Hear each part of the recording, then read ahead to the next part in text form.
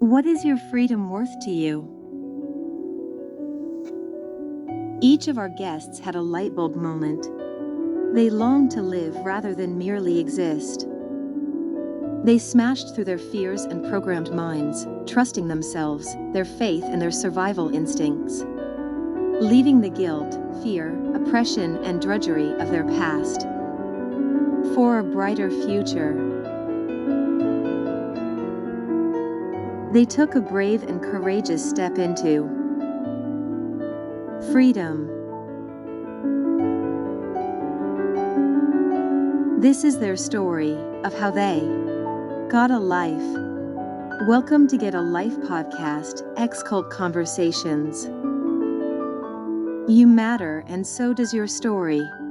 Hey everyone, welcome back to Get a Life podcast. I'm Cheryl, an ex-member of the PBCC, and I was there until I was 17 years old in Maple Creek, Saskatchewan.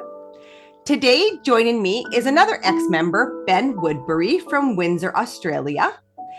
And we have a very special guest, Tam Bennett, joining us from Adelaide, Australia. And she's going to tell her journey whilst in the PBCC and how she made it out and is now living a very thriving and fulfilling life out in this beautiful world that is so condemned by the Plymouth Brethren Christian Church. So welcome, Ben, and welcome, Tam. Thanks, you guys, for coming on, and especially to you, Tam, for coming on and sharing your story. I am going to hand the floor over to you, and you can take us along your journey of your experience inside the PBCC and how you were able to escape it.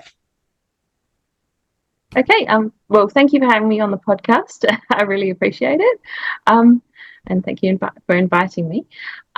So I guess I'll start with how we left the PBCC. So my two brothers left with me. We left in December 2018. And that was after a long lead up of planning beforehand. So we'd been planning for at least a year beforehand to leave.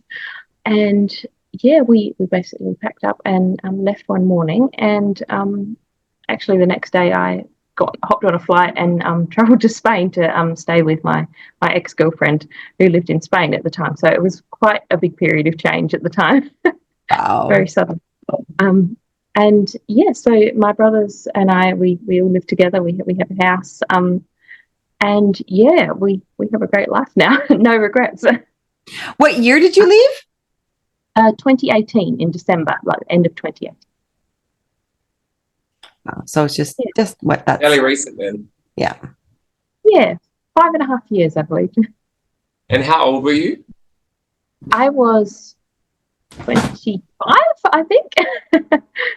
And my brothers are younger than me, so they were about 22 and 18. Okay.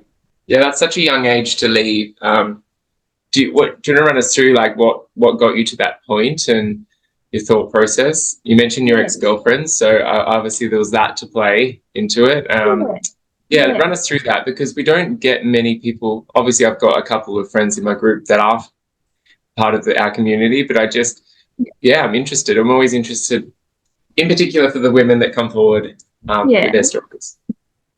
Yeah, so obviously being a lesbian was a big part of it, but it was definitely more than that.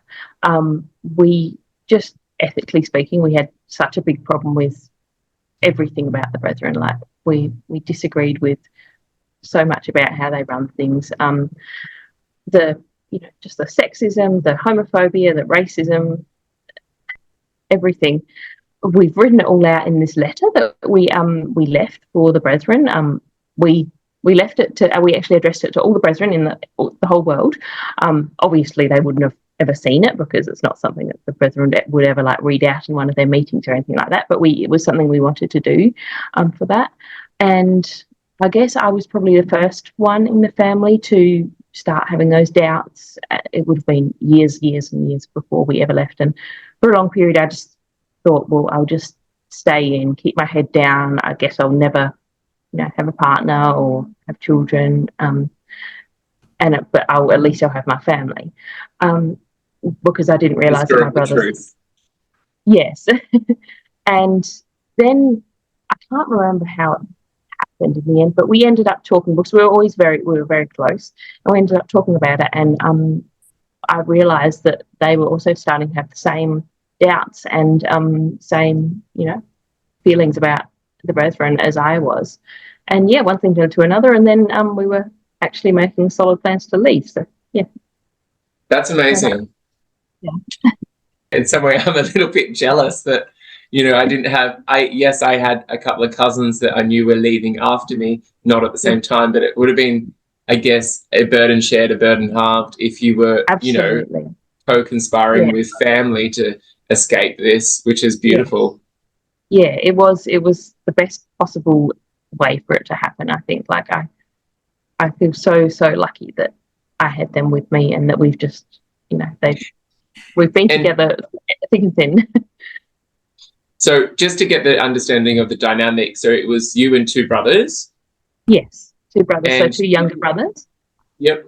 Did you have any other siblings that you talked to that are in, or like, did you parents? No. Or Wow. No other siblings. Our parents knew that we disagreed and that we weren't happy, but they were, still behind the brethren, and they were trying very hard to get us to change our minds. I have nothing bad I want to say about my parents. I think they're good people, trapped in a bad system. Yeah, most of them are. And yeah, I appreciate them. I think collectively that's how we all feel. Like I love my family, and I think everybody would say the same. But I think that's why we do what we do, right? It is what we're fighting for our families, right? Yes. Yeah. How did you start showing signs that you didn't agree with, like, between you and your brothers? Like, we talked to a lot of insiders, and I mean, this is going to be very inspiring for them, right? There's going to be so many families, or like brothers and sisters, that are all thinking this, but don't talk to each other. So how did you form that relationship where you could start talking about the things that you disagreed on, and not have the fear that, oh my goodness, my sibling's going to tattle on me and I'm going to have a priestly visit? Like, how did that start for you guys? I guess it was a number of different factors. One of them, well, obviously we were very, very close. So that was the basis that it was all founded on. And then I think part of the reason behind us being that close is that, well, frankly, like, our family wasn't particularly popular. Like, we didn't have a lot of friends or relatives.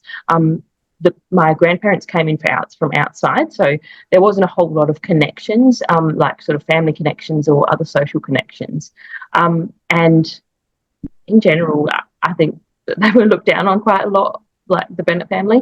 And I think that was a good thing. Like, I think that helped us. Like, we felt like it was just our little family sort of against everyone else. And, some of us got bullied at school, like out of me and my brothers. And yeah, we just didn't have a really great experience socially with anyone else outside our family, in the brethren. And we leaned on each other, like we were each other's best friends. That's so amazing. Like, with the group and the social network we've come in touch with, and I think you could probably say the same, Cheryl, like, even I've never heard of like family units being so strong together within such a minority, like a minority within the minority, if you know what I mean. Like, that's amazing that you three were able to find that and lean on each other. So it was just you three kids in the whole family, like just three siblings? Just three, no other siblings. That's amazing. Amazing. Yeah, it is amazing. My brothers are amazing. I really, really value the relationship we have together. And yeah, I think that the brethren try and erode that, actually. Like, I really think they try and erode family relationships and sibling bonds, and just bonds between family in general. And it's for a reason, and this is the reason, because I think someone who leaves on their own has so much less of a support system to lean on when things get tough. I agree. How did you know that you didn't fit the mold of a typical female in there, and in society altogether? Like, how did that come about, and what did you do with it? How did you deal with it? I guess from when I was really, really young, I knew I just wasn't the same. Like, it just felt different. And don't you? Something you can't even put your finger on when you're little. And then, I don't know, I guess I heard about, when I was about 10, I heard about that being gay was a thing from a kid at my school, which was like a secular school, because back then they didn't have the Brethren School for primary age children. And yeah, obviously, like, because I don't know, I guess you recognize something of that in yourself and you just have a really, you know, sharp reaction in the opposite direction. And I was like disgusted by that, which is obviously like self-directed in hindsight. Definitely. And you often find that, right, the most, you know, loudest homophobic people are generally suffering with, you know, internalized homophobia. Yeah, absolutely. And then I think the first time I realized consciously, I was around 14 years old. And yeah, I remember I was just standing outside after meeting with a group of other girls my age, and I realized I was just sort of staring at the girl opposite me and thinking how beautiful she was and how I just wanted to, like, you know, kiss her cheek. And it was such a powerfully terrifying moment at the time. Like, I just like turned around, didn't speak to anyone, I just turned around, walked away, went into the bathrooms and freaked out in the toilet. And yeah, and I remember thinking at the time, this is it, this is the moment that, you know, I always remember I knew.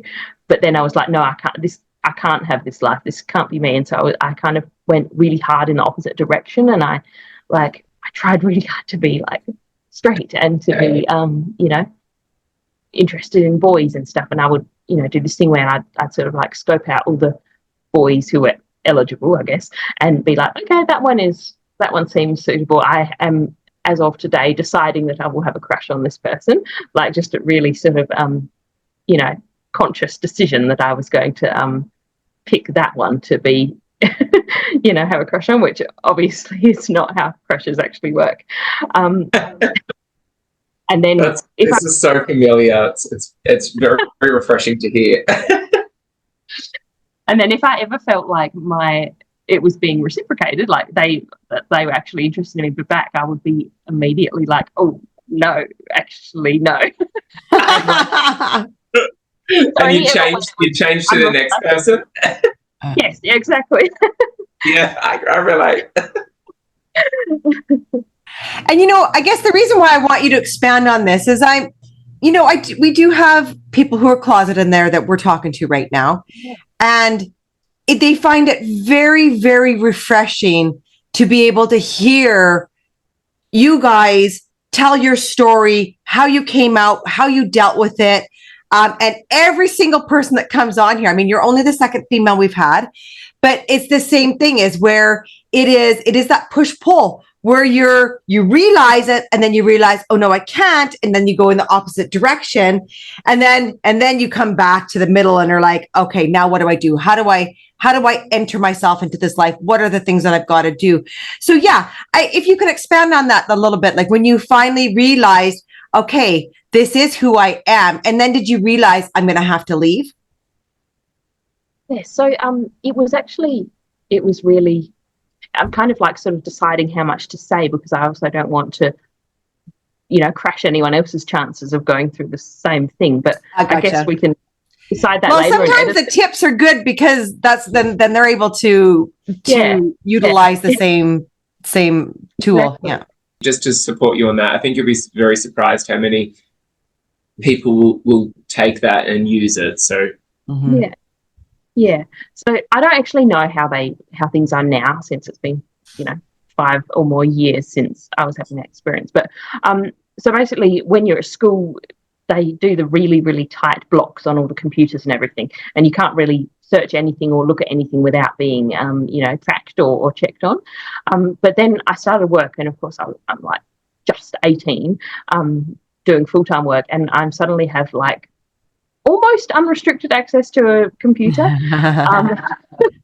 And the work blocks are not very good, to be honest. And like, they just sort of block certain websites, you know, like, but they can't block everything, and they can't block you Google searching and stuff like that. And so I guess I started work, and then I had access to this computer, and I was like slowly like searching stuff, you know, like am I gay? And just finding out about the rainbow community and just gay stuff in general, and what the experiences of other lesbian and gay people and other people in the LGBT community were.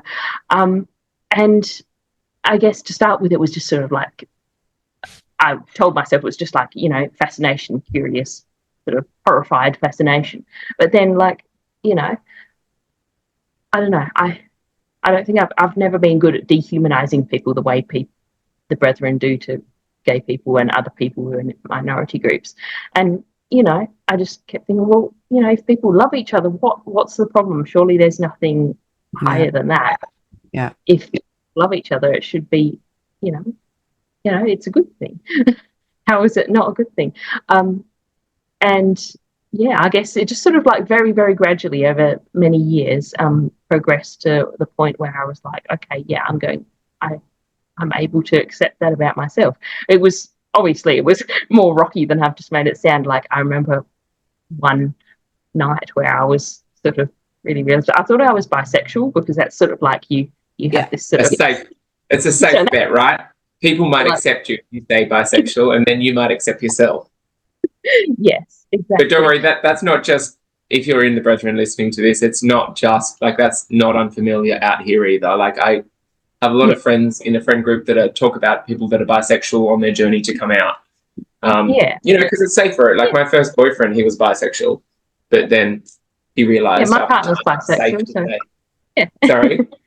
My partner's bisexual too, and it's fine if you are bisexual. That's also great. Yeah.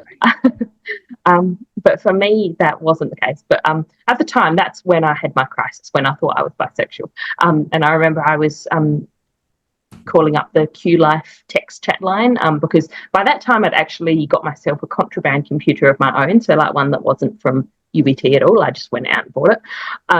And so I had that where I could, like, again, do more research and find out more and sort of, see what things was like on the outside. And so, I was on this chat line basically freaking out to some poor person on the other end who's paid to help people through their gay crises. But yeah, after that, like, it was good to be able to talk to someone. I think I said to the person, "Are you gay?" And he said, "Yes, I'm a gay man." And I said, "You're the first gay person I've ever talked to in my life." And yeah, it was a really big moment for me. Obviously, that gives me chills. Yeah. I remember that feeling of the first person you ever speak to that's gay, and it's just so strange because for me, the irony was that it was a sex worker, and I just never had felt more heard and safe. It was just such a strange feeling. Yeah, it's incredible. And like, obviously, I must have talked to gay people because, you know, don't they say 1 in 10 people possibly? Yeah, you just wouldn't have known. Yeah, in the community, but it was the first person I knew who also knew that they were gay, I guess. So that was really important. And how did you ever come out to your family? Like, did you ever, like, how did you bring it out to, like, your parents and your brothers? Like, how was that for you? So to my brothers, I guess, because it had been like a process over many, many years, just gradually, like, we would get a little bit more and more safe with each other to talk about, oh yeah, I don't agree with this, like, I don't agree with that. And I guess it got to the point where I was like, well, I don't think there's anything wrong with being gay, which they were like, yeah, well, me too. I don't really think there's anything wrong with that as well. And that very quickly after that, I felt comfortable to tell them, well, I think that I could be attracted to a woman, hypothetically. Yeah. And yeah, so it was done basically. Yeah. And so did you have to have any priestly visits over this, or were you able to escape with this kind of intact? I escaped and no one knew, because you get very good at lying, don't you? Like, hiding the truth. So no one, I think people suspected that we were not happy, but I don't think anyone really realized how far along we were, that we, you know, bought a house together, that we'd, you know, made solid plans to leave. And so we didn't actually I think we had a few people who were like overly interested in our situation who would come up and talk to the boys after meeting, and that kind of thing they do, where it's like very, very obviously trying to scope out, where you are at spiritually or whatever. Yeah. So aside from you figuring out that you're gay, let's put that aside and let's dive into just being a part of the Plymouth Brethren Christian Church, and just dive deeper into the reasons why you decided that this church wasn't for you. Yeah, I mean, I guess part of it was we just didn't believe anymore, to be quite honest. But it's more than that, because like it could, some churches are good, full of good people. Like they don't have these very bad, but like we just, like I mentioned before, that obviously the sexism, racism, all the isms, but just the way they treat people, the way they divide families, they break people apart. They, children grow up believing that they have a devil inside them, that they're wrong and bad. And I think that's true for all Brethren children, not just people, who are in our community. I think that, you get taught from when you're just a tiny child that you've got sin inside you. And like, I don't know, for me, it was like, once I turned 12, because I'm such a bad sinner, I am bound for hell. And you just like have this gnawing inside you and eating away, and like, it's just evil. I genuinely think it's an evil thing to do to small children. On top of what you were saying, the untold anxiety and pressure that placed on a child, like we can all vouch for that. Like it's unnecessary, and it's of no wonder that most often or not, the first opportunity you get to drink, because that is the only crutch you have, it then becomes, your life set, like the way you cope with such a toxic environment. How was your thoughts or views on the drinking culture within the Brethren? Hated it. Luckily, we managed to never, I guess probably because we had each other to support each other, and our parents weren't really strong drinkers. There's another reason why no one really liked them very much. But yeah, I don't know. I think we managed to just skate past that, luckily. But we saw it happen all around us, and it was just, terrible. I guess it's another reason why you didn't fit in then. Like it probably means why you had such a solid unit is the reason you didn't drink. Like you didn't have that pressure because your family was so supportive of each other. Yeah. And I hate the feeling of losing control. And because I always knew I had secrets, the thought of anything that could make me spill those secrets was freaking terrifying. Like, no way. So I guess that was part of it too, I think. And did you attend OSG, One School Global? Like, did you go to the Plymouth Brethren school? Yeah, I did. Yeah, from year 7 onwards. Not great. It was an experience, I would say. Yeah. Did you experience any homophobia there? Were you bullied?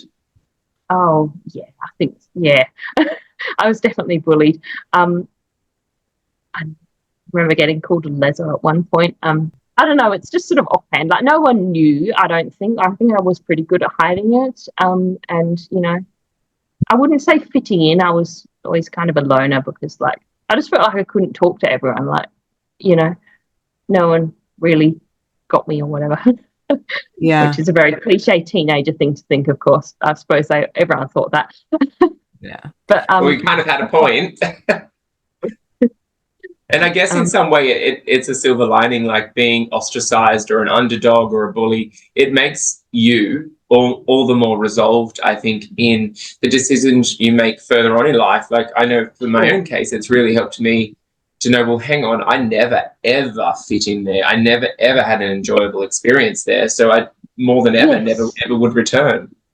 Absolutely. Yeah, I totally agree with you on that. I see some people like posting on the ex-Brethren Facebook page and saying that they miss the sense of community. But I have to say that I never experienced any feeling of community in there. Like I just didn't. I always felt, I felt far more alone in the Brethren than I've ever felt since leaving. Yeah, Far more. 100%.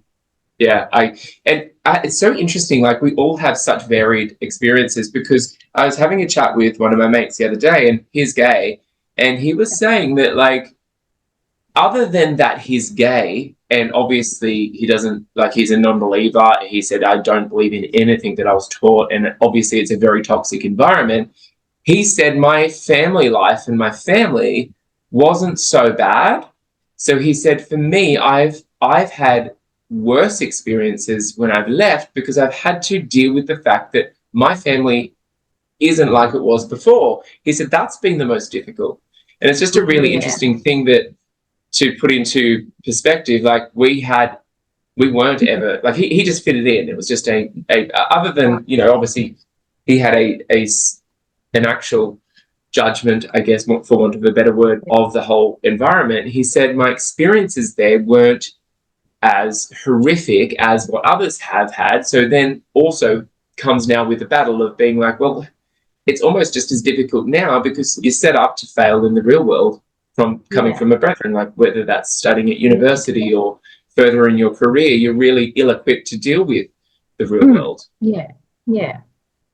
And I think a lot of people, of course, because there's such a focus on having, like, a family business and you know, being able to provide for your children by employing them. I think, like, everyone, like, a lot of people in their whole employment history has been family based. So, like, how do you go to actually getting a real job you have to fight for after that? Like, I don't know.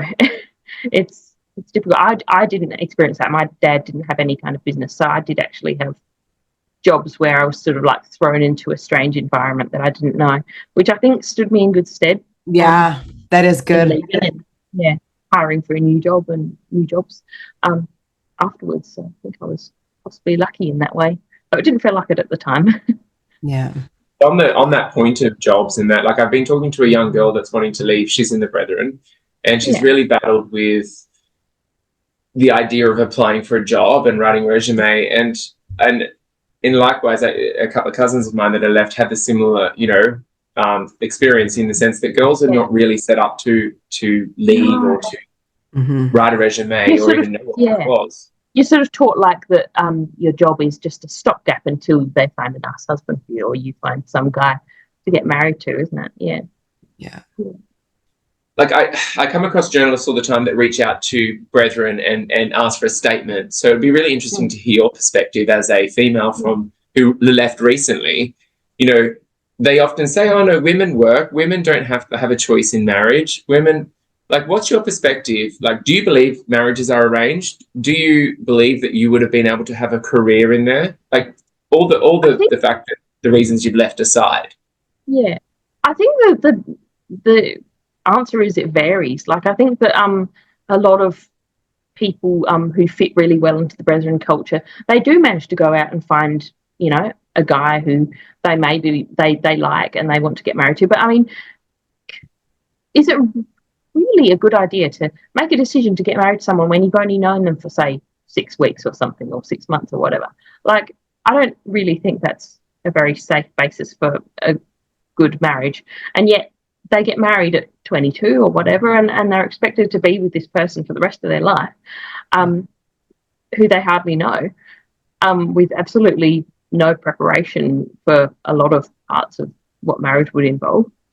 So I think that probably for me, I wouldn't have experienced anything like that, because, again, we weren't very high profile. I think that I probably would have ended up being a spinster woman who didn't ever get married, and they treat women who don't get married so badly. Like, it's terrible.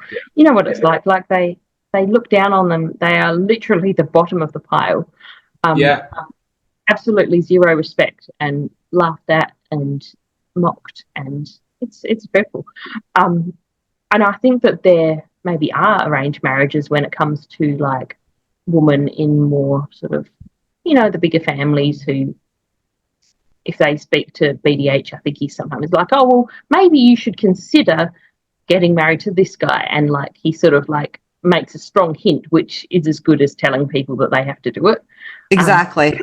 And that was, I guess, my point, like, to lead up to hear your perspective on that, because essentially, if you have to seek approval for marriage, it's arranged because he either says Yeah. yes or no, right? That's a good point. Yeah, absolutely. And there's many people who we've all probably heard of that got told no and had to go away and, deal with, having their heart broken, I guess, which is terrible. You shouldn't be able to just say no to people like that when it's a normal couple who want to get married. Yeah. And I think that's where I had a journalist ask me this question a couple days ago, and he asked me why I thought sexual abuse, marital abuse, all those things were so high and prevalent in there. And that's one piece of the pie, is that people don't get to freely choose who they want to marry. They don't get they don't get to really know this person. Right. And then they say, okay, it's just immediate, let's get married. And then you're in this relationship and you don't realize how much this person drinks. You know what I mean? It's just this prime foundation for so many things to happen. For sure. Yeah. So much you can't know about a person, in the tiny short time frames that they expect before marriage. And then it's just stuck with them. There's no getting out of a marriage unless one of you dies or leaves. So, yeah. Well, there is hope, though. I have heard of a divorce in the Brethren, and I know of others that want a divorce. So, really, did one keep putting your foot down? It's just one case. Yeah, but and all it takes is one. Okay. So, girls, keep putting your foot down. Okay. Okay, so I want to go to, you mentioned a letter that you wrote the Plymouth Brethren Christian Church. I am going to share this. Are you willing to read it out for the listeners and viewers? Yeah, sure. Can we just make an announcement to all brethren that this was sent to all brethren? So if you are brethren, this didn't reach you, but take note. In 2018, December, we left it and we knew that they wouldn't pass it on, but we wanted to send it anyway. We wrote this letter, and it's for all of you who are still in there. So this is what we wrote. To the brethren in Adelaide and Mount Barker and the world, this letter is to explain some of our reasons for leaving the Plymouth Brethren Christian Church. This decision saddens us greatly, especially as we have many we respect and consider friends amongst the brethren. In our estimation, this respect and friendship remains, although we may be cut off from you. It is not with the individual people of the Brethren community that we are in opposition. It is with the community culture that responds to diversity with judgment rather than acceptance, the disappointing lack of empathy, true compassion and kindness towards non-brethren, especially those of non-Caucasian ethnicity, especially disappointing for a church that loudly claims to be a charitable organisation, the practice of using fear rather than logic to inspire commitment, especially in regards to impressionable, innocent children and young people, the restriction of free information to allow members to establish their own informed judgments, as in, we'll do the thinking, you do the doing, the lack of diversity in career choices open to community members, and the lack of opportunity for women to rise to positions of leadership, the patriarchal system around which the community is based, which, although unofficial, favours those with higher social status, causing a hierarchy that disadvantages weaker members, the puritanical spirit that discourages creativity, interest in arts and culture, and higher education, thereby stunting personal growth, the way a single imperfect human is elevated to godlike status above the rest of mankind, thus earning the exclusive brethren the perhaps deserved moniker of a cult. We are not willing to continue to be part of a system that we do not consider ethical, emotionally healthy, or kind. We seek to live our lives with integrity, kindness, and truth, and we feel that the brethren culture is not conducive to these aims. We deeply wish that this did not necessitate us losing contact with you all, but the estrangement will not be enforced by us, but by the strictures of the Brethren Church. We need to live lives that are true to ourselves, our consciences, and our beliefs, and we do not apologise for this. Our thoughts and prayers stay with you, especially those of you who have suffered due to the Brethren way of life. The Brethren students barred from following their dreams, the unpopular and poor Brethren who work their whole lives trying to gain respect, the Brethren women who exist within a sexist system from childhood, the LGBT plus Brethren forced to hide their true selves. To all of you, we extend love, empathy, and the very best of our wishes in hopes that each of you will find your true north and follow it. Goodbye. And then we've signed it. Oh my God. So I mean, incredible. It's just I so can't even incredible. imagine that, yeah, the people within there that received this letter, the men that would have received that, who probably haven't had an original thought in their lives, would have been confounded by the intelligence that with this was written. Like, it's insane. Like, I want to unpack this letter. I really want, because, and especially in the state that we're in right now inside the PBCC, this letter is going to be so helpful for people. So I want to go through these points one by one and just discuss them a little bit. So let's start with the very first one. The community culture that responds to diversity with judgment rather than acceptance. Now, all three of us have experienced this. Everybody who's done a podcast has experienced this. This is a huge issue in there, that judgment is the first reflex. It is not open-minded, open arms, relaxed, open. You know what I mean? Like when someone comes to me with an issue, my immediate thing is, how can I help this person? That's just, it's ingrained in my soul, and it's just learning how to have boundaries. But like, how do we point out, how would you point out to somebody listening to this inside there of what this judgment looks like inside the PBCC? The thing is, it's all diversity, isn't it? It's not just gay people. It's not just, it's everything. Anything that deviates even slightly from the mold of what a Brethren person is supposed to be is looked at judgmentally. You do your hair a different way, judgment. Your car is a bit different to what it should be, judgment. Your clothes are a little bit outside what everyone else is wearing, judgment. Like, it's just everything. Like, there's no reason for that. All of these things are just neutral aspects of a person, including your sexuality. The reason they do focus so much on the judgment is in some way it works itself in maintaining control, because, Bruce Hales or his close affiliates aren't going to be there in your house watching you grow up or monitoring the way your parents bring you up. So his teachings will do the work itself, in the sense that, my brother will out me if I have music I shouldn't have, and so forth. Like, it works for itself in maintaining the control on the wider masses. Yeah.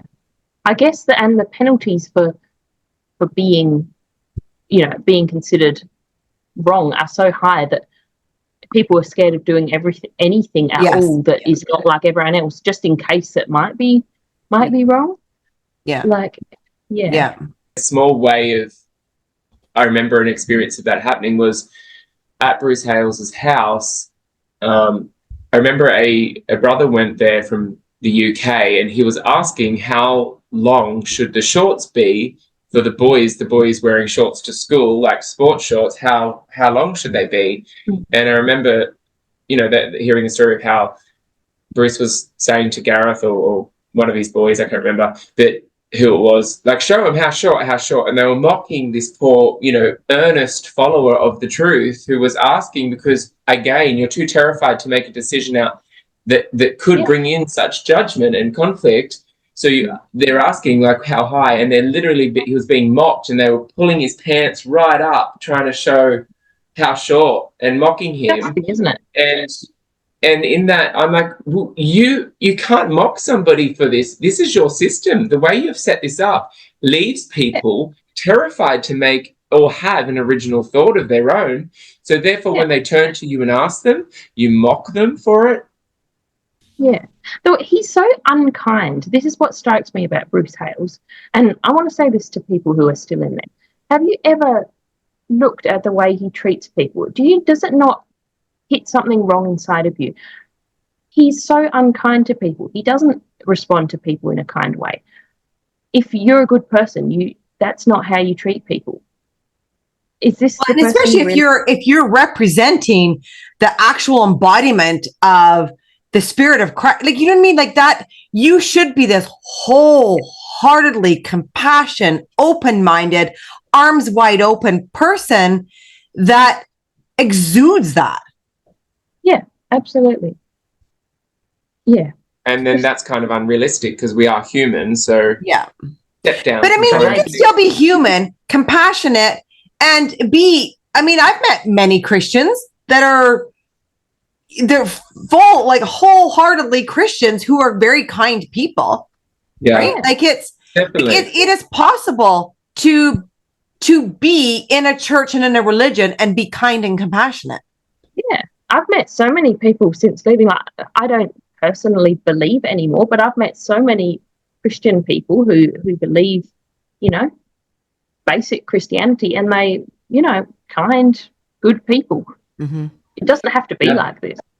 You find that with any faith. Like, I have friends that are Muslim that have shown me a lot more love and acceptance than my own Christian parents, And again, like other Christian groups that don't hold this judgment. It's just a simple acceptance and love for all. Their judgment is what creates the bullying, right? And the bullying is horrific. Like the stories or the conversations I hold with insiders, my heart gets just so attached because you just been like, no, like, why can't, like, let's just be kind. Why can't we just be kind humans? It would be such an easy fix in there. Like, people ask me, well, are you trying to get the church to fall down? No, I'm not. Just be kind. Let's just be kind. Let's just be like, let's take care of our people. When you care for others, you don't allow the things to happen that are happening in there. It comes down to just caring. Mm-hmm. Absolutely. Yeah. And this takes us to this next point here, the disappointing lack of empathy, true compassion and kindness towards non-brethren. And so those are people that are outside of the PBCC, especially those of non-Caucasian ethnicity, especially disappointing for a church that loudly claims to be a charitable organization. Yeah, I'll let you comment on that. I just that's so racist, just straight up racist. Like, talking about people of Indian ethnicity, people of Aboriginal ethnicity, just anyone who's not white Caucasian, it's just like automatically judgment. Point two. So yeah, just the racism that keeps popping up and popping up and popping up with no basis really. And it's wrong. Like, yeah, obviously I can't speak on it. I'm white as they come, but I don't know. I don't know why they are like this. Like, it's again like, responding to the diversity with judgment, even though your race is not something that anyone can control. Yeah. And it comes across as very hypocritical when, in turn, the brethren are the first to squeal when a newspaper article writes or calls them a cult or talks about them being a minority. And I do think it comes from a lack of diversity. What you said is 100%. Like, I think that. And also the lack of access to like information. So if you aren't, immersed in a culturally diverse environment, like the brethren aren't, if you aren't surrounded by people that aren't of, the same faith or religion or race, of course you have this inherent fear, which then is judgment and hatred of something you know nothing about. Absolutely. Yeah. Even their website, they make it look like it's this racially diverse kind of group. They put like the tiny handful of families who aren't white, and they get them to do the photo shoots for the website. Yeah. And it's a misrepresentation. And when they first did that website, do you remember it? Like, it was all the talk amongst us brethren. Like, I was in the cult at that point, and remember being like, oh yeah, they got the Demarages there, or they got this family or that family that were not white Caucasian, and stuck them in the photo to appear to be this culturally diverse mainstream Christian church. Yeah. I guarantee that when they lost their charitable status there in the UK, that was probably one of the things that was brought up. I bet it was. 100%. Yeah. Yeah. Okay, third point, the practice of using fear rather than logic to inspire commitment, especially in regards to impressionable, innocent children and young people. Yeah. So, yeah, like I mentioned before, the way children just grow up afraid. And it's always just fear. It's never like use your brain and your curiosity to think about something and to do your own research and come to the conclusion. It's always like, just believe, don't question, just believe. Or you will be a doubter, and doubters go to hell. It's not the way to run things. No. And I'm sure in school, so I'm hearing in my head, we obviously get feedback and, peep trolls that come along. Yes, I'm sure in school, you have things that you research, things that you do. We're talking more about if you're questioning a teaching that's being put out, or something that you're not allowed to do. So I'm pretty sure you would never be able to go up to someone and be like, you know what? Why can't we be gay? Or why can't we do this? Why can't we do that? Mm-hmm. Right? Those are the things where, if you had a mainstream Christian church would allow you to talk about it at all. Exactly. You'd sit down, have good conversation. There would be no judgment. There would be no fear driven back into you of like, don't even ask that. You don't even go there. It's the great man did this. The great man said that. Like, this isn't even discussable. We don't discuss this. Absolutely. Yeah. And there really is, and in particular for the queer community, there is no safe landing pad or safe environment in which you can broach these questions, because I'm sure, and I'm curious to know, Tam, is there like parts of you that, threw out little bits of questions here and there to gauge responses from, whether that be family or friends, about the queer community, like to see, like as kids we do, because you do find out from a very young age that you're gay. Much. Yeah. Yeah. And so how was your experience? I don't know, I guess you just kind of build up this little internal database of this tiny tidbit that this family member or that classmate said about about gay people or about whatever. And you just kind of build it up in your head, and you're like, okay, so this person said this and this person said this, and you have this like little database of information, and it builds you a picture, and it's not a good picture. No. Yeah. No, that's right. And unfortunately, that's how most of the closeted, it was an interesting statistic. If you said 1 in 10 people were gay, that's what, out of 50,000 members, that's 5,000 closeted members in there. Probably there more so many. Yeah, probably more so because they are closeted. I think that statistic would have obviously been taken on openly gay people. So it's just really interesting and also sad that if you align with these stories, just know that over the hill, once you leave and put the worst of it behind you, things do get better, and life is nothing that you could ever imagine. Mm-hmm. There's community out here. Exactly. There's people who just accept you for who you are without judging you.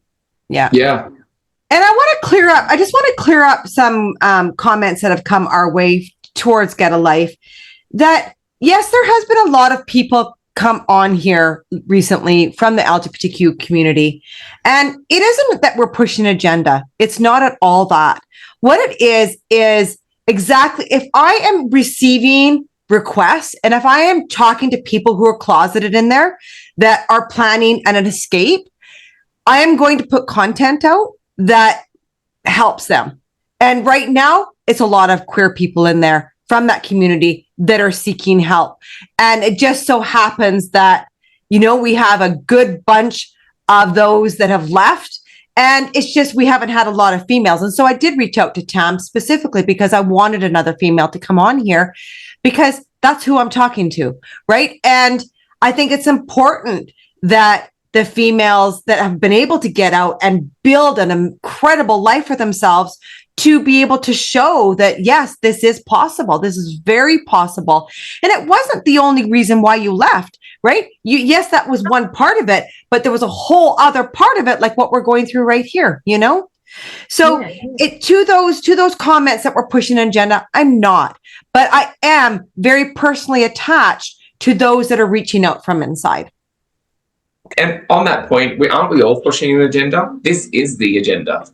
And absolutely, but it was said to me in a much more judgmental way of like, there has been a lot of people from the LGBTQ community on here, but there's a purpose. There's a reason why I'm doing that. So call it an agenda, call it whatever you like. I mean, when I left, there was, I don't know if any other gay woman have left before me, but when I left, I didn't know of anyone. Like, I at least felt like I was the first. If I'm not, I apologize to whoever was before me. But like, as far as I knew, I was the first one who'd ever experienced this. That's what it felt like.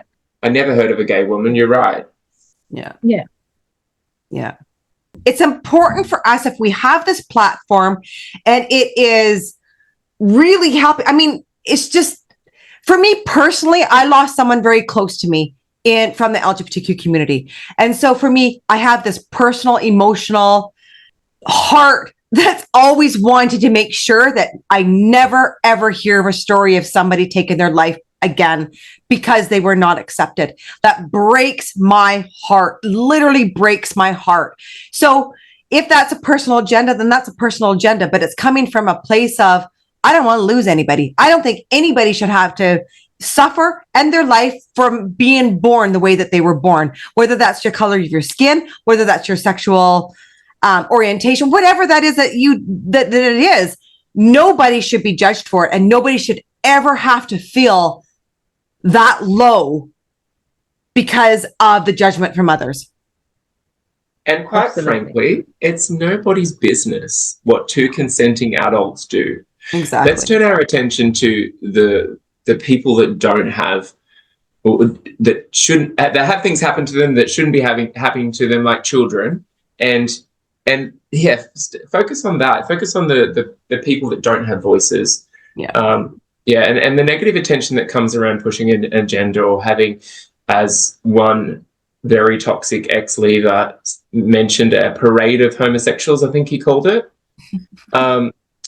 That comes from somebody that's never ever escaped cult, like never ever, and you find this, it's very difficult to get some of, I know from my own experience, to get some of the mentality of the way the unlearning of what we learnt in there, right? And unfortunately, when you're that age and kicked out because you just weren't as good as the other cult leaders, essentially you take those same judgmental, narrow-minded views and spew them forth.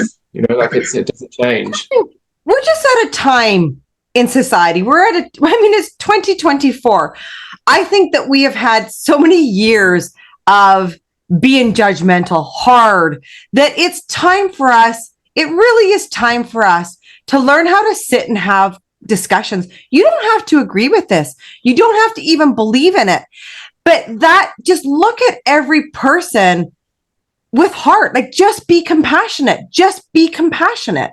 Like, to me, that's, I don't care what you believe, what it is, but if you're going to come and talk to me, I guarantee I'm going to listen, unless you're coming at me, right? Over and over and over, then I'm going to, draw a boundary. But I do think that as humans in 2024, we need to be offering our hands. We need to be offering spaces and places for people to just be who they are, whatever that may be.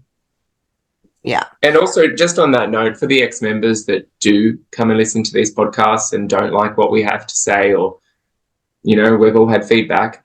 Have you ever thought that this is probably not for you? Like, yes, it's great to sit here and trauma bond and go over things and feel validated because someone else went through a similar experience. But these podcasts, in my view, have always helped people that are in the cult. And then big picture, think big picture, they've also helped journalists and other people grasp what they're dealing with in terms of members' experiences within there. It's not a dedicated, well, from what I've seen of the podcast, it doesn't seem to come. It's not for ex-members. If you have a problem with it, well then, don't worry. It wasn't for you anyway. Yeah, make your own podcast. Yeah, that's what I always say. I don't mean I would welcome it. You know, there's lots of people out here that can teach you how to do it.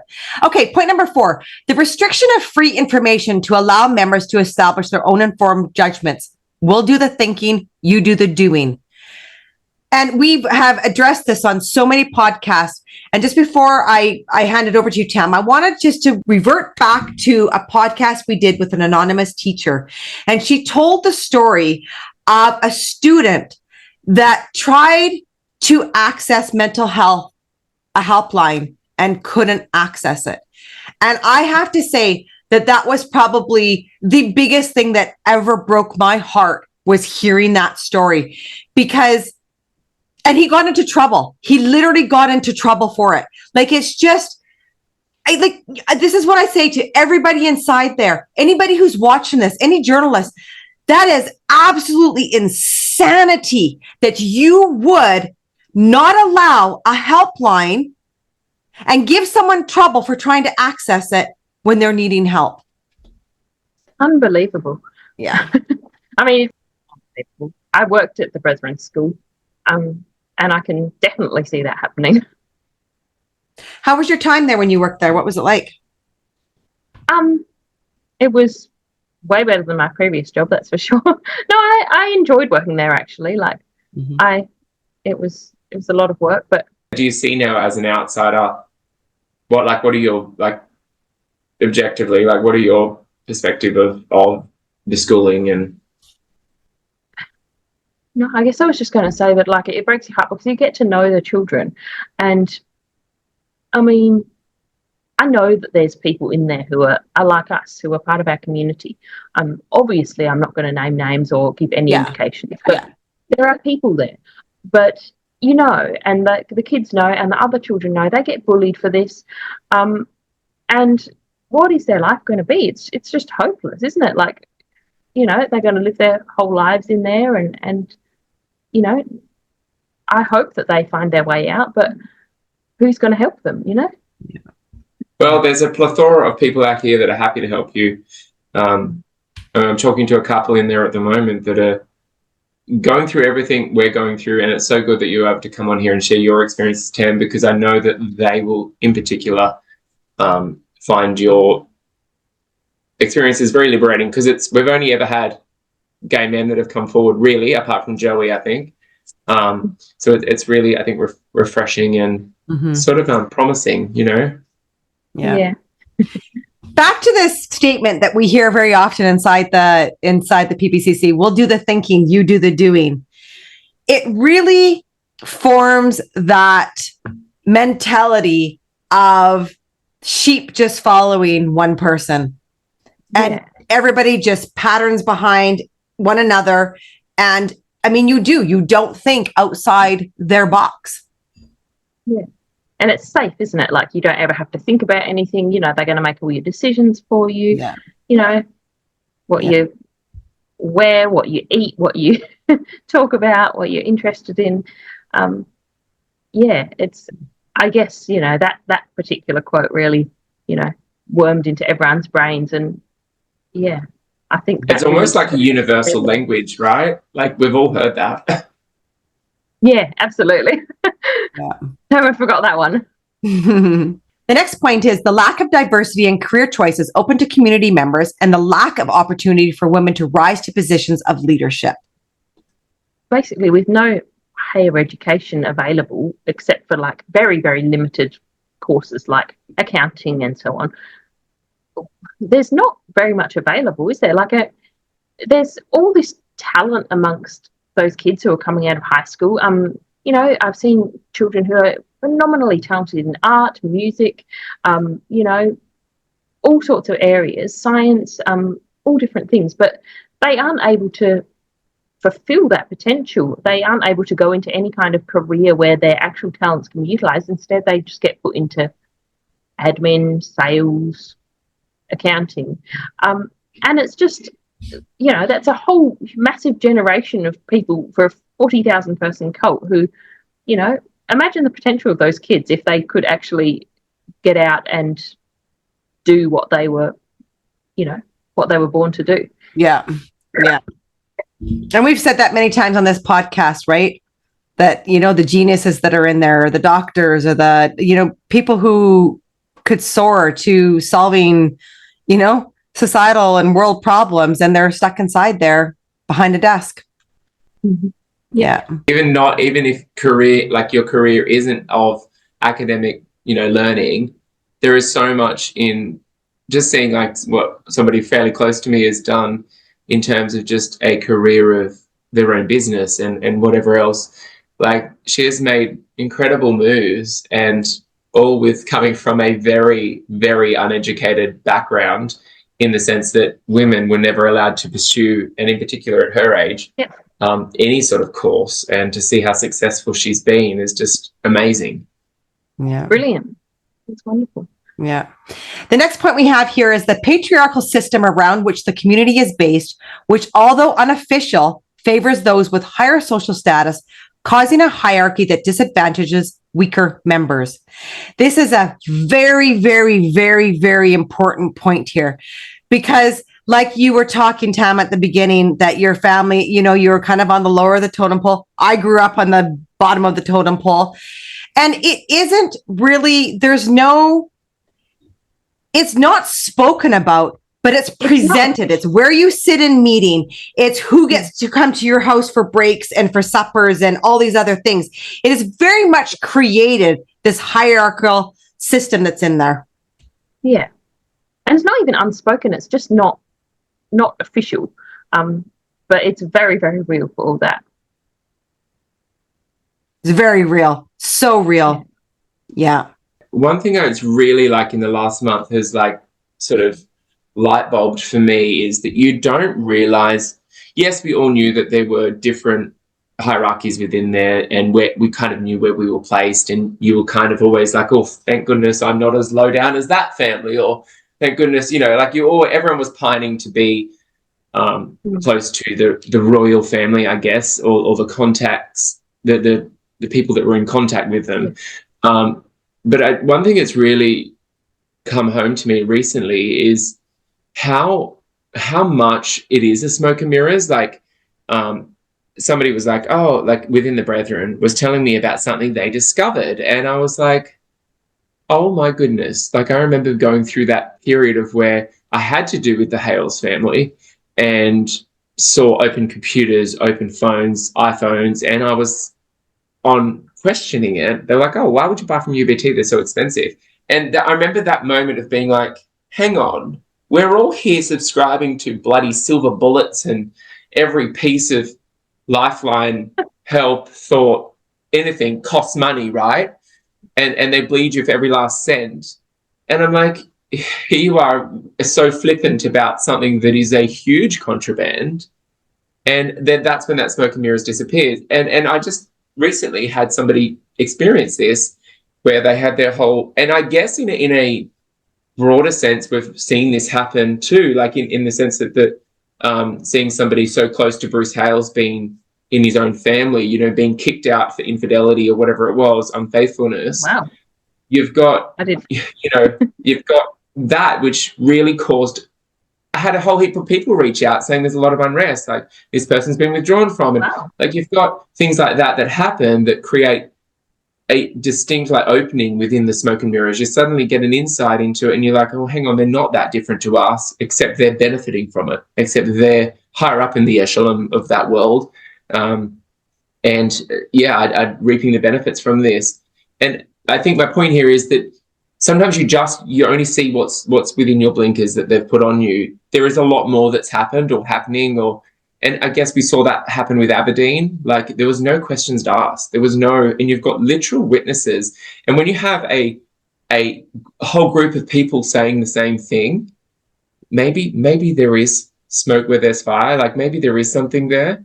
So don't be so shut off from opening your mind as to a possible different scenario, a possible different life, because it is quite shocking. This person was so like broken by it, because, and you know, they say don't meet your heroes. It's that kind of mentality of like discovering the truth of a reality that can be so unsettling. Mm-hmm. Yeah. Yeah.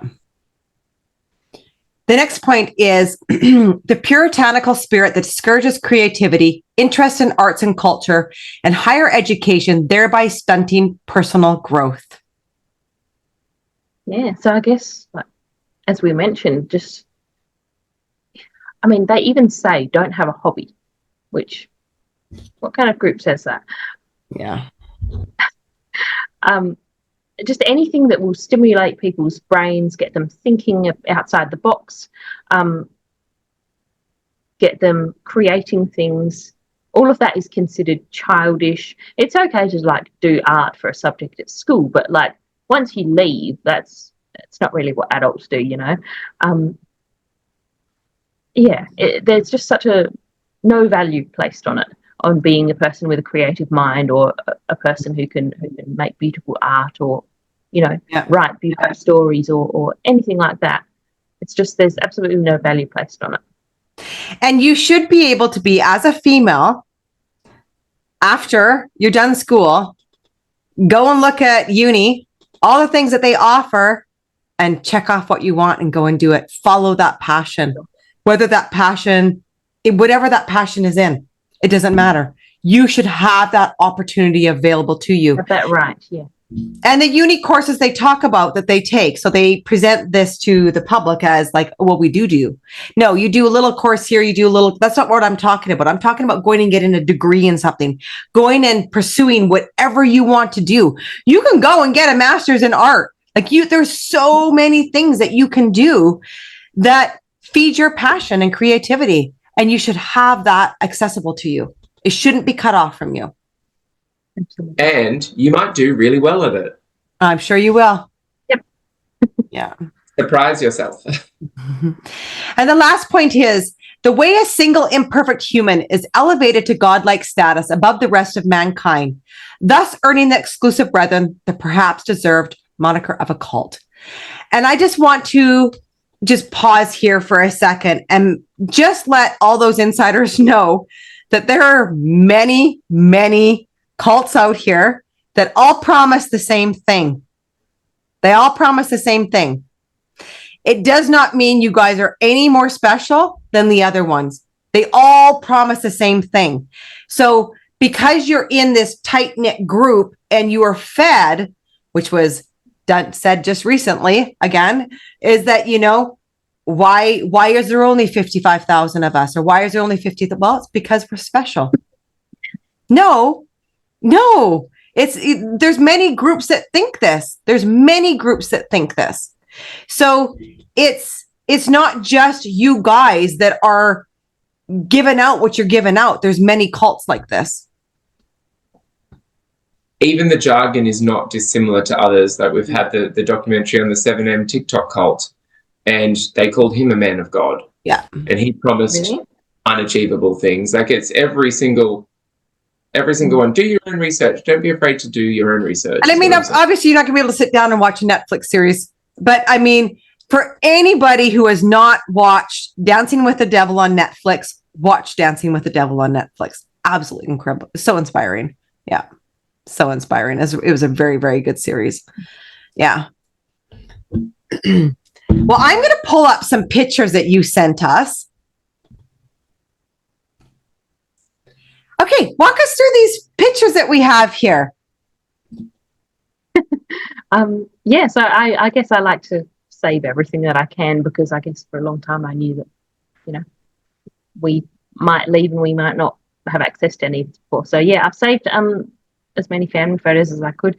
This one is obviously one of the ones that was used in one of the photo books. That's obviously me on the left, and my brother Matt in the middle, and my brother Dave. I have their permission to show the photo.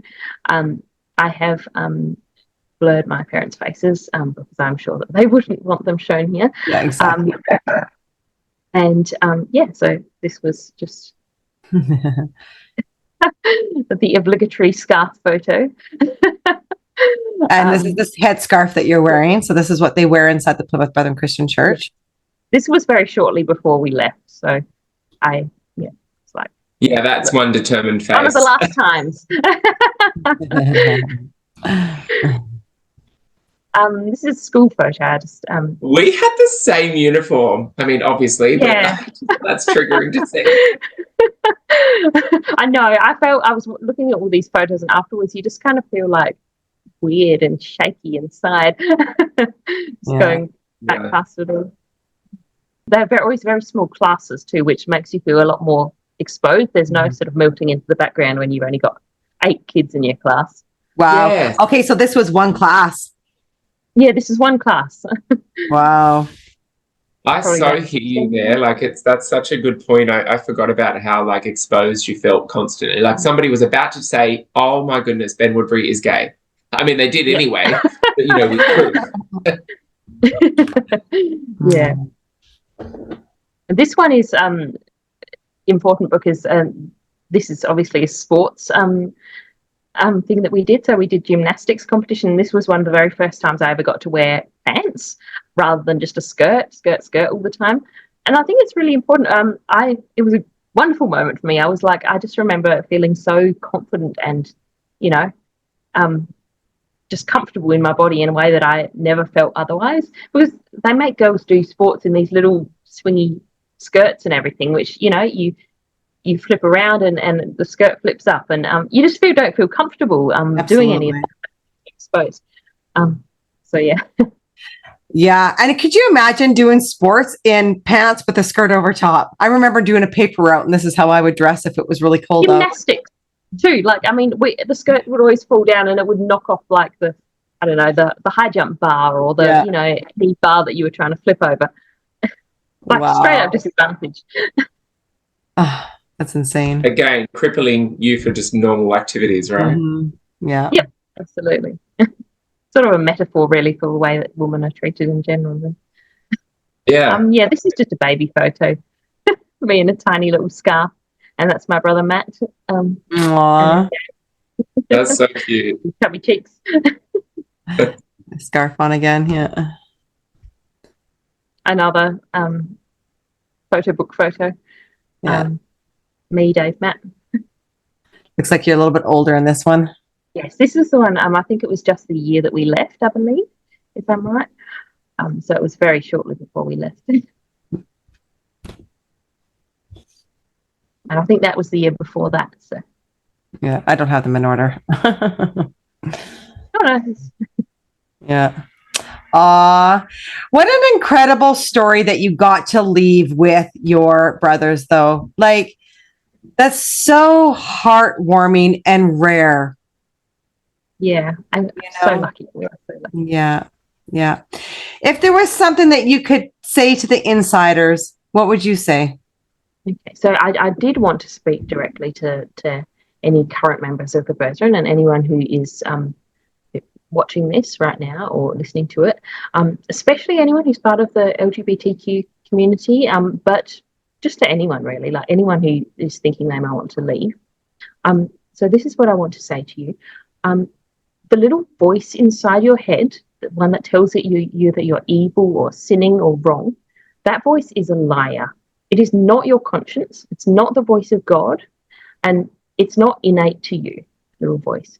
The Brethren cult has put these words and that self-hatred into your head, and it's not the truth. There's actually a quote in your own Bible. I had to look this up so that you can also look it up and verify it. It's in John chapter 8 and verse 32, and it says, "You shall know the truth, and the truth shall set you free." And I believe that. I think that quote is true no matter what your religion or your belief system is. That is true. You have the right to search for the truth anywhere you want to. Don't trust anyone who tries to block your access to information or tries to stop you from searching for the truth, or shut down your thinking or shut down your curiosity. Don't trust those people, because you have a right to search for that truth if you want to. So please, I'm just saying to you, please keep searching, keep looking, keep pulling at the little loose threads that we all know are there. Keep searching until you find that truth, and I hope that it sets you free, as per the quote. That's all I wanted to say to you, except good luck. Wow. That's amazing. Oh, I try not to cry. That's so beautifully said. Like, And it's so simple, like it just makes sense. It really does. And I think as humans in general, we try and overcomplicate things. It doesn't have to be that complicated. Absolutely. Yeah. And I truly, truly believe that if you like, even if you take 5 minutes to yourself every single day, 5 minutes of quiet time, and I know it's hard to find it in there, but just listen to your gut, listen to that little voice inside you and ask yourself questions. What are you questioning? Where are you looking? Like, make sure you give yourself honest answers. Allow yourself to listen honestly when you're in meeting. Linus, when you have questions you want to ask people and you're fearful of that, that shouldn't be there. Your parents should be an open place. These priests should be an open place for you to honestly bring forth any questions that you have, and they should be answered with compassion. Yeah, invite those conversations. Yeah. And if you end up out here, there's a community out here to pick you up. For sure. Can you give us an insight into how your life is now, specifically for those people that are closeted in there? What's your life like now? My life is just, it's good. I'm in a really happy place. I have a beautiful partner, female partner, obviously. And I have my amazing brothers who are still by my side and still with me. I have a wonderful community of friends around me. I work at a workplace where I'm able to be out to my colleagues, like they all know about my female partner. I'm just in a really good place, and it's possible. Like you can get here, and yeah, I guess I found a new purpose, and my purpose is I like to volunteer, give back to the community. I'm part of a couple of different community groups. I donate blood, like that's a big thing for me. Like I like to do it quite regularly when I can. And I've also found community through that. So through volunteering, you will meet people who are other good, people, kind people who want to also give back to the community, who will like wrap around you and look after you when you need it. And yes, I guess I just wanted to express that there's so much hope. You can have such a beautiful life. I could never imagine that my life would be this good when I was back in the Brethren. I just couldn't imagine it. And yeah, it's wonderful. Wow. And volunteering that you want to do, that you're not coerced or pressured into doing, right? That is a beautiful thing when there's something that you're passionate about. And then you find these communities and groups that you get to go and help volunteer and help out, right? It's not like the RRT when you're pressured into doing it. Yeah. This is something that you get to choose to do. Absolutely. And it's not just like the RRT, it's very obviously just set up so that they can get the charitable status and so on. Like, yeah. Whereas you'll come out here and there's groups where people are literally just running on passion and love and shoestring budgets. I'm part of my local pride group in my area. We're completely volunteer run. We don't really get funding or anything like that. It's just a group of people like us who work together. We run a pride march. And yeah, that's my friend group. Like, and everyone is so close. And I don't know, you just meet wonderful people. Yeah, and I think when you're in the Brethren, you believe, you internalize this idea that everyone outside is going to be cruel and evil and bad and out to get you and try and take advantage of you. But nothing could be further from the truth. Of course, there are bad people out here, but that's true of anywhere. More often than not, you'll find that people are kind and good, and they want to help, and they want to help in what ways they can, and they'll be there for you. You just have to sort of take that step and reach out your hand and be a friend to other people, and they'll be a friend to you too. The care is different, right? Like I think that's where I finally allowed my heart to really grow out. I'm a very emotional, caring person, and it's so beautiful when you find people who are passionate about what you do, and then you get to it's just this, I can't, it's just the love just comes up and out, it overflows your bucket. And it's just, it feeds your life. There is so much love out here. I think you find it's genuine. And So genuine. Yeah. Like that's the most, I think, almost. There's nothing coercing it. Yeah. Yeah. Yeah. Yeah. The freedom, and I know this is a cliche statement, but the freedom you feel is just, it's just so beautiful. It's like your whole body relaxes, it opens up. And then you've got this, I mean, yes, it is difficult navigating at first. You've got to learn how to make decisions. I think I drove my husband nuts because as a female, it was very hard for me to make decisions. Well, you're paralyzed with choice, right? Because you had no choice before. Yeah. And everybody that I speak to has the same thing. It's like this paralysis that comes with choice. It's very real. You all of a sudden, you don't have like a Sunday planned for you. All of a sudden, you've got to make decisions what you do on a Sunday. So you end up, it's like when you're choosing a movie on Netflix or something, you have so much choice, you end up spending 2 hours looking for the movie. And it's the same with Sunday. We would sit there deciding over breakfast all day. So yeah. And like, it's not like how they teach you in there where they tell you that they're going to chew you up and spit you out, right? It's not like that. Like, you guys, it's so, yes, it comes with its challenges, but those challenges are so worth your personal choice, your personal freedom, the ability to breathe in the air that has no restriction on it, right? That's the beautiful part.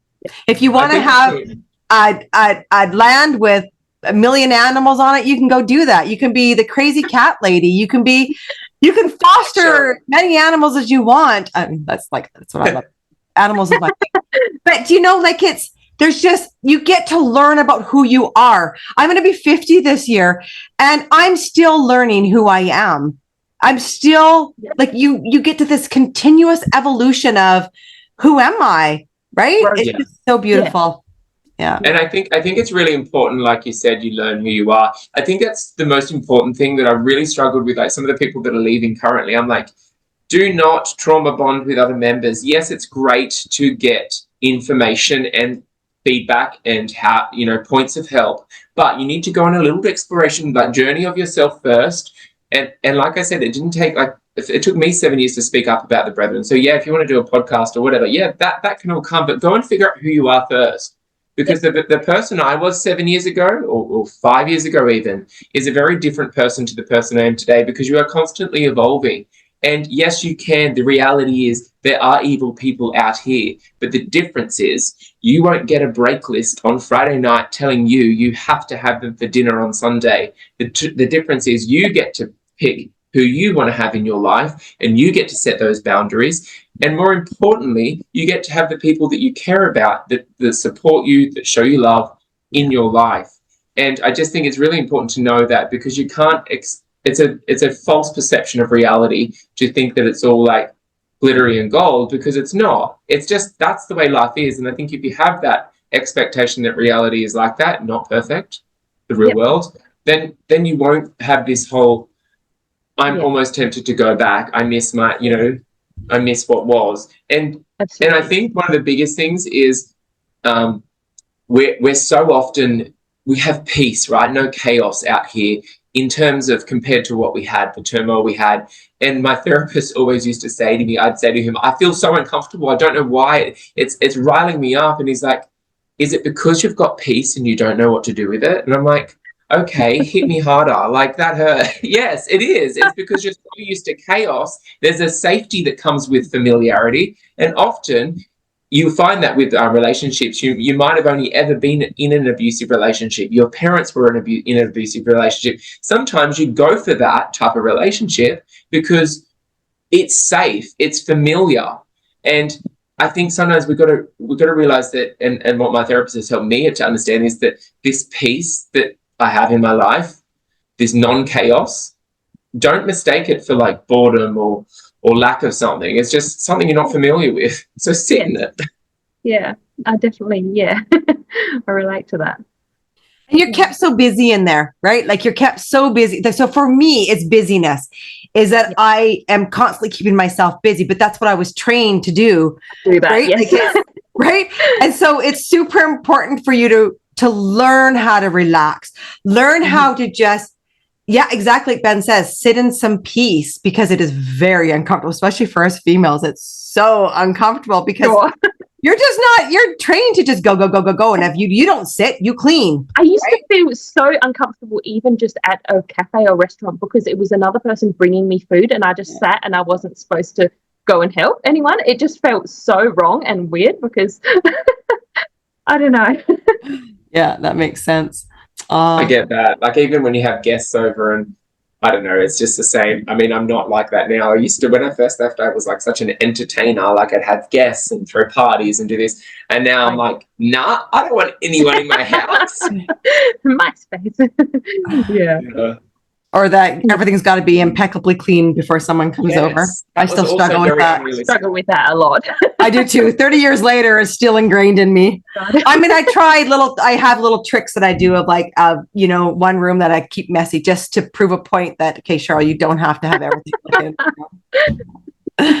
Yeah. I think we all have that room. It's called the junk room. Tam, it was so beautiful to have you on here. And I know this will reach a lot of those inside, because it's who's reaching out right now. It's so good. It's so good for the females from the LGBTQ community to come forward and just share their story of how they got to where they are, how they came out, how their life is now, so that we can show them that this is possible. Because you can't undo who you were born like.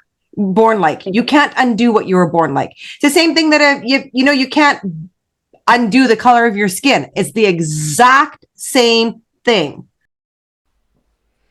Before we end this, I just want to comment on a statement that Tam made earlier about a study that was done that showed 1 in 10 people are from the LGBTQ community. So if this study states that 1 in 10 people are from the LGBTQ community, we could assume that in the PBCC, there are over 5,000 closeted members with no assistance or help in them understanding who they are. And we just want to let you know that there is a life waiting for you where you can truly be you. You just shared beautifully with how successful and peaceful someone can leave and stay a lesbian, get a partner, and have a very successful and beautiful life. So thank you so much. Thank you. Thank you, Ben, for joining us again. We always appreciate your insight and wisdom. And I'm going to end this podcast with another song from another ex-member. His name is Dawson. I'll put a link to his channel below. And yeah, so enjoy this song. Much love to everyone. Take care, and we'll see you next time. Those walls you built, I just tore them down. The rules you made, I just broke them all. The role I played was your fantasy of a Christian boy, tragic reality. I always knew where you wanted me headed, with a girl happily wedded. The road which you laid out before me crumbled into historical debris. Don't tell me heaven's what I am running from. I broke a spell, you're who I'm running from. And tell me that I'll end up in hell. God told me I'll find love when I love myself.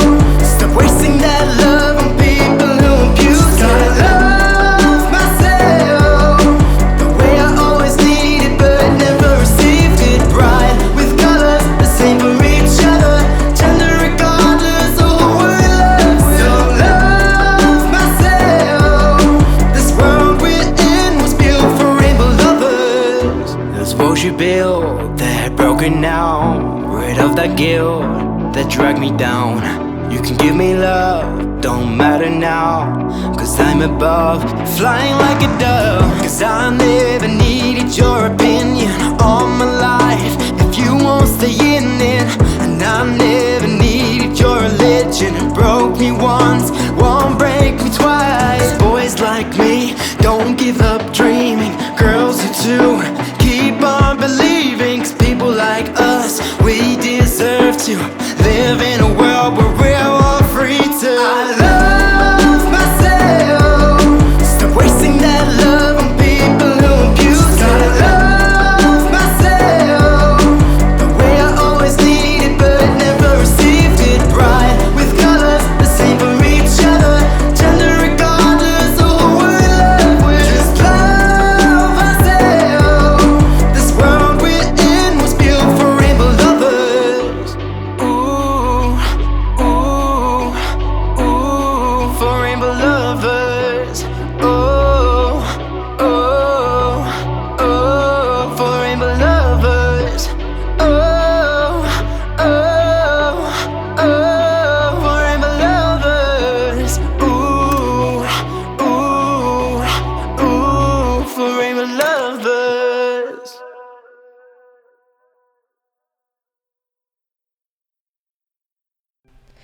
How can you support Get a Life podcast?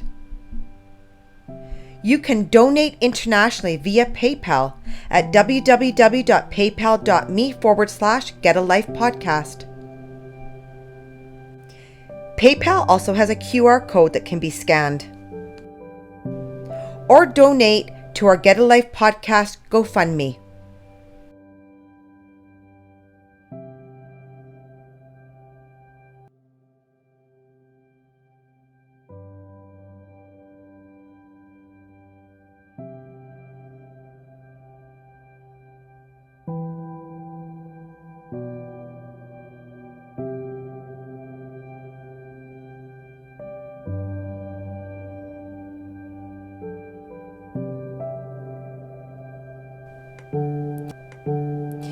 If you're in a high-demand religious group and need help, please go to oliveleaf.network. To share your story or be a guest on the show, email info.getalife@proton.me. Check out www.get-a-life.net for Get a Life merchandise, books, and ways to support or get support. Please remember to like this video, subscribe to Get a Life, and comment.